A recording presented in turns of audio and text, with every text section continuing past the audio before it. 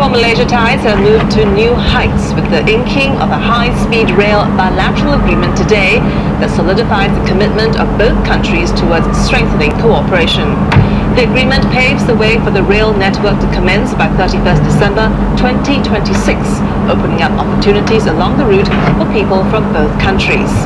It was the centerpiece of a one-day leaders' retreat in Putrajaya. Leaders from both sides reaffirmed warm ties and agreed to work further towards enhancing partnerships. Also announced more details on the Johor Bahru Singapore Rapid Transit System, a cultural showcase between both nations and the affirmation of the bilateral water treaty. With pen put to paper, the governments of Singapore and Malaysia formally committed to realizing the high-speed rail network that will link both countries. It's a marquee project, a significant milestone in our relationship. And as Prime Minister Najib says, it will transform the way we interact, socialize, do business, and for the better, and give both sides a big stake in keeping the relationship stable and warm.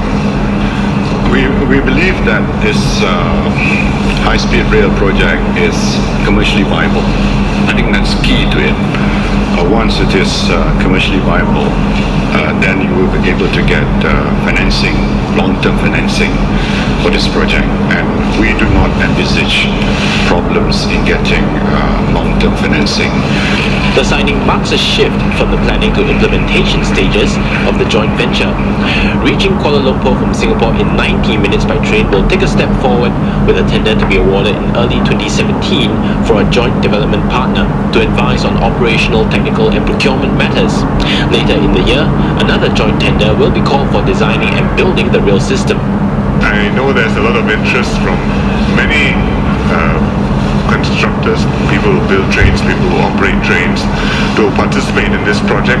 I expect very competitive bids, and we will choose the best one. And if we get together, I think that's for the good, but I have not seen it happen very frequently that the Chinese, Koreans and Japanese get together to bid for a project. The system will link countries over the Johor Straits via a bridge 25 meters above water. Both leaders assured that security concerns won't be overlooked even as crossing borders become easier. We want to make quite clear, sure, it is safe, it is secure, at the same time it's convenient for passengers, so that you can clear customs and immigration once, and after that, once with both countries, and then after that you go through into the train, and when you arrive you're already out and onto the ground. And that means there must be trust and understanding and a clear mutual agreement as to what the powers are, what the arrangements are. Our intelligence and security agencies have discussed this in depth, and we found the proper solution. And there will be 3 common CIQs, and there will be a way that we can monitor movements of people. I believe it is a solution that's workable. It has to be passenger friendly, but at the same time not compromising on security. Both countries also endorsed technical arrangements for the Singapore-Johor Bahru Rapid Transit System. The system will run on the same infrastructure as Singapore's Thomson East Coast Rail Network and extend it, linking Woodlands North Station to Bukit Jaga across the causeway. It will be run by a corporate entity and cross the border via a high bridge. Ms. Lee said the hope is for an agreement on the system to be signed by end 2017. In a joint statement, both leaders reaffirmed their commitment to further strengthen ties amidst the challenging global environment. They also proposed a triennial Malaysia-Singapore cultural showcase to be held in conjunction with the leaders' retreat from 2018.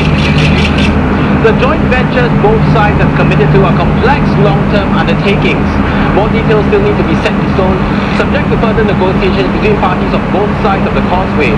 There's a lot more work to be done, but officials view the joint project as a showcase of what can be achieved if Singapore-Malaysia relations are on a firm footing. Dylan Loh, Channel News Asia, Putrajaya. The Transport Ministry says the completion timeline for the rapid transit system will be determined after the bilateral agreement is signed by the end of next year.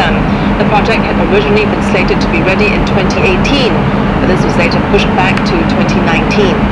One analyst says completion may take about 4 years, although there are other matters that also have to be worked out.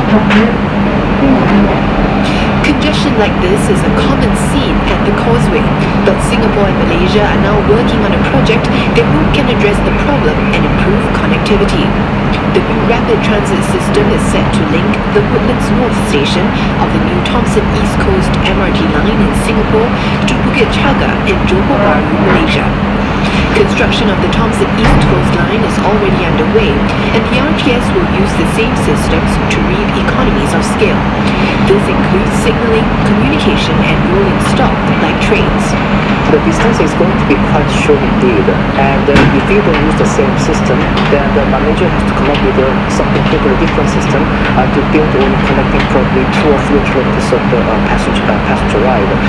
That will be unnecessarily complex, and it otherwise the cost unnecessarily high.